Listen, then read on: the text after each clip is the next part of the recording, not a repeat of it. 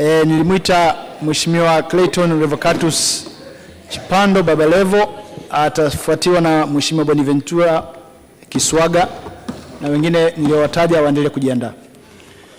Asante sana Mheshimiwa Mwenyekiti kwa kunipa nafasi hii adhimu na mimi niweze kuchangia mawili matatu kwenye mpango wa miaka 50 ya maendeleo ya nchi yetu ya Tanzania. Kwanza kabisa namshukuru sana Mwenyezi Mungu kwa kuniweka hai mpaka leo hii, kwa sababu kampeni zangu zilikuwa na heka nyingi. Lakini pili, namshukuru mwenyekiti wangu wa Chama cha Mapinduzi Dr. Samia Suluhu Hassan kwa kupitisha jina la Clayton Revocatus Chipando Baba Levo. Watu wengi waliongea, lakini sasa hivi nadhani akikaa anaona raha, kwa sababu anaona mambo yanaendelea jimbo la Kigoma mjini. Lakini kingine, nawashukuru sana wananchi wa Kigoma mjini.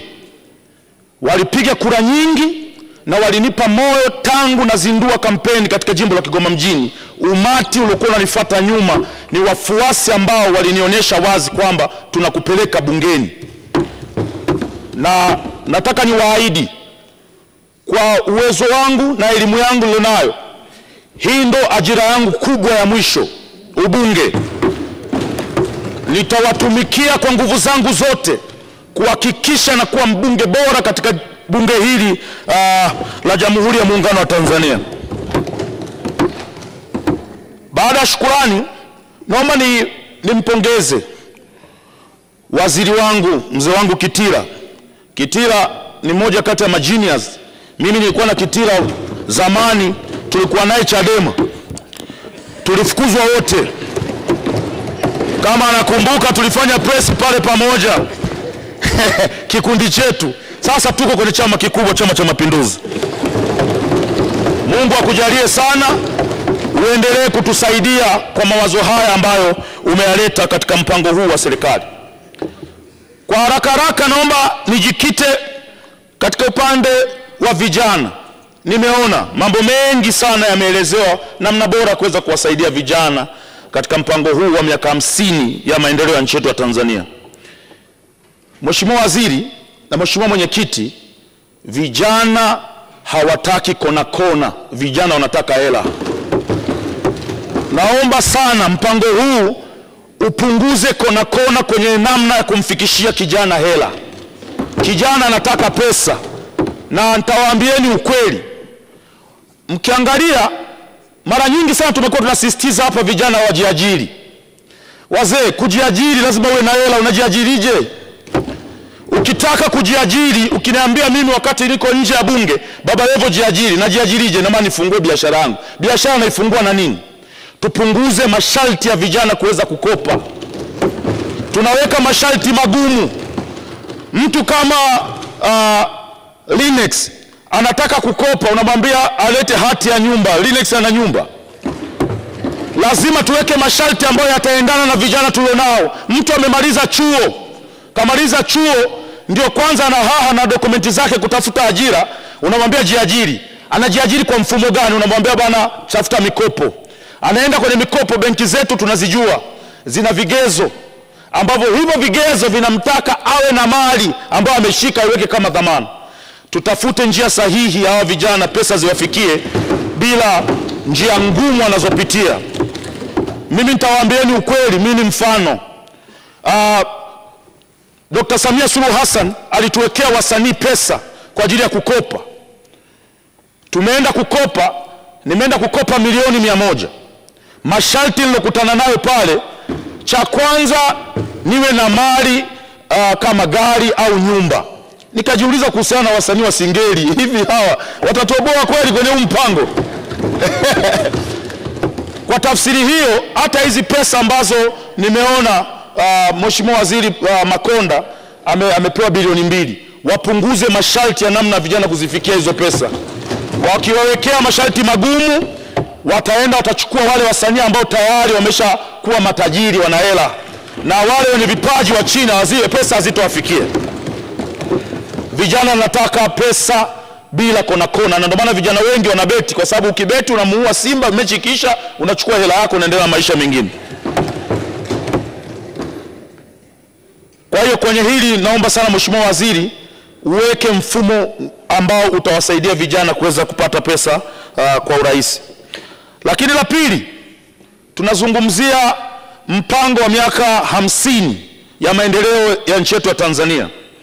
Ni lazima tuwazungumzie wafanyabiashara wadogo wadogo. Mimi nitatoa mifano. Mimi nimezurura sana mwenyekiti. Siku moja nilinunua nguo Uturuki za watoto wangu. Mimi na watoto 5. Nikanunulia kila mtoto nguo 3 zika kama 15 hivi. Nikapitia Dubai, nikashuka Dubai, nikakaa siku 3. Sikudaiwa wala sikuzuiliwa pale airport. Nilivyokuja na zile nguo nilivyoshuka nazo airport ya Tanzania, wakaniambia natakia nizilipie ushuru, nguo za watoto wangu. Kwa lazima tutengeneze hii. Kanipa picha kwamba wafanyabiashara wadogo wadogo kuna namna ambavyo wanafinywa kiasi kwamba hata kile kidogo alichonacho kinaondoka. Mfanyabiashara na simu 2, simu 3, mwacheni apite. Kama kunaonekana kuna ugumu wa kufuta hizi kodi ndogo ndogo, si dhahabu zipo, tuuze tu, tupunguze hizi kodi ndogo ndogo. Naomba sana Mheshimiwa Mwenyekiti yazingatiwe haya, kwa sababu kama tunawasaidia wawekezaji wakubwa, lazima tuwakumbuke na hawa wawekezaji wadogo wadogo. Kama mtu anaweza kwenda na simu 5 Dubai akapita bila kuulizwa chochote, kwa nini akipita nazo hapa kwetu inakuwa tatizo? Twendeni tukambane sokoni wakati anauza. Tupunguze mauzo ya keshi, tuweke katika mfumo. Watu watumie kadi, watumie hizi nani za kulipo kwa digital. Mtaiona hela. Mimi nimeenda China, mtu anauza bamia, anakupa ile Alipay, unaskani, hela inaingia moja kwa moja kwa serikali. Lakini kiuhalisia kwa mfumo huu wa kuwabana hawa wadogo wadogo, mtawabana, watakufa, mtatengeneza wakubwa, wakubwa watawanyonya wadogo. Naomba sana hilo nalo lizingatiwe.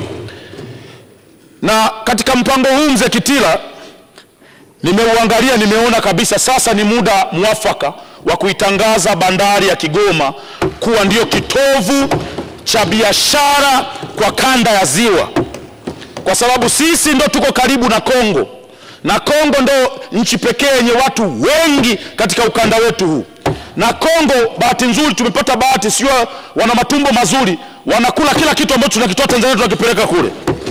Kwa ipo namna ambayo tukiitumia Kigoma, ambayo iko connected na Burundi, iko connected na Kongo, iko connected na Zambia, kuna nafasi kubwa ya nchi yetu kutengeneza pesa nyingi ambazo zitakuja kusaidia kwenye miradi mingine tofauti tofauti. Lakini pia kuna bandari yetu ambayo sasa hivi iko inaboreshwa pale. Tunaomba sana mzee wangu Kitila waweke mitambo ya kisasa. Sasa hivi pale gari moja kushushwa mzigo, yani unaona wanahaha wale jamaa, utafikiri sio wanafanya kazi gani. Yani wanatumia forklift lakini wanakuwa kama makuli. Tunaomba mitambo ya kisasa iwekwe ili kufupisha muda wa kupakia na kupakua mizigo katika magari bandari ya Kigoma. Lakini lingine, yatengenezwe maghara ambayo yatakuwa na baridi ya kuweza kuhifadhi mizigo. Nataka niwaambieni ukweli, kuna baadhi ya mazao ambayo yanapatikana Kigoma katika nchi yetu ya Tanzania huwezi kulipata. Huwezi kuupata mgebuka wewe. Nenda kokote upati mgebuka, lazima uje pale. Lakini pia tuna chikichi.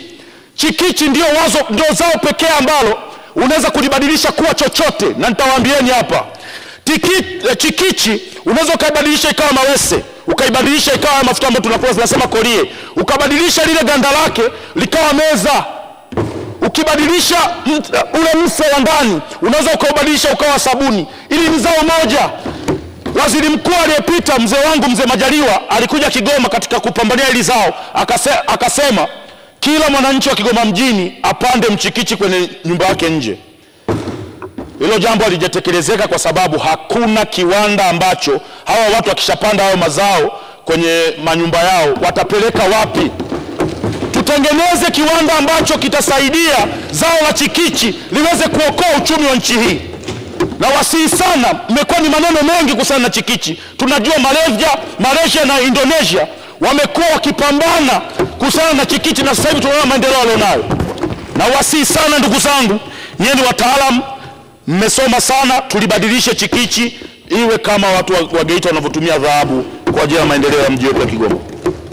Lakini haya yote tutayasema Kama Kigoma hakuna miundombinu mizuri ni aibu. Mheshimiwa Waziri, na najua Mheshimiwa Waziri Mkuu anaenda kesho Kigoma kwenye miaka 49 Chama cha Mapinduzi, wakati anatua na ndege apige jicho chini, wakati ndege imeshuka kidogo, aone vumbi iliyotapakaa katika mji wa Kigoma mjini. Ni aibu kuita Kigoma mjini wakati 85% ni barabara za vumbi. Ni aibu. Kwa nini mnatufanyia hivi? Kwa sababu kiuhalisia kabisa, sisi mkitutumia kama kitovu, hii nchi itapunguza tozo nyingi sana za ajabu ajabu mtaani, kwa sababu tutaleta pesa, hizo pesa zitasababisha mpunguze tozo nyingi. TRA tozo walizonazo, mfanyabiashara akilipa tozo zote anafilisika. Hata Baresa kama atalipa zote kwa pamoja atafilisika. Kwa ni lazima tuwe na vyanzo ambavyo vitasaidia kuwapunguzia mzigo wa wafanyabiashara.